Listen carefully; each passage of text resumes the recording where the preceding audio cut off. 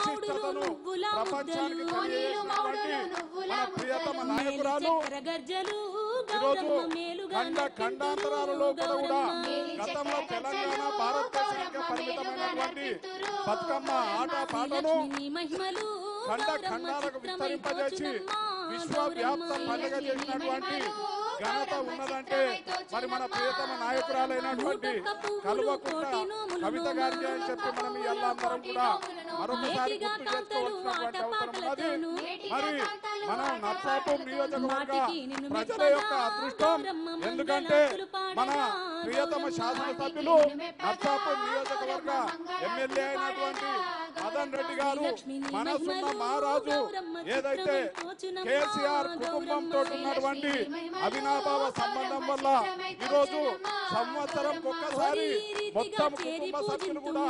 ఏదో ఒక కార్యక్రమం పేరు మీద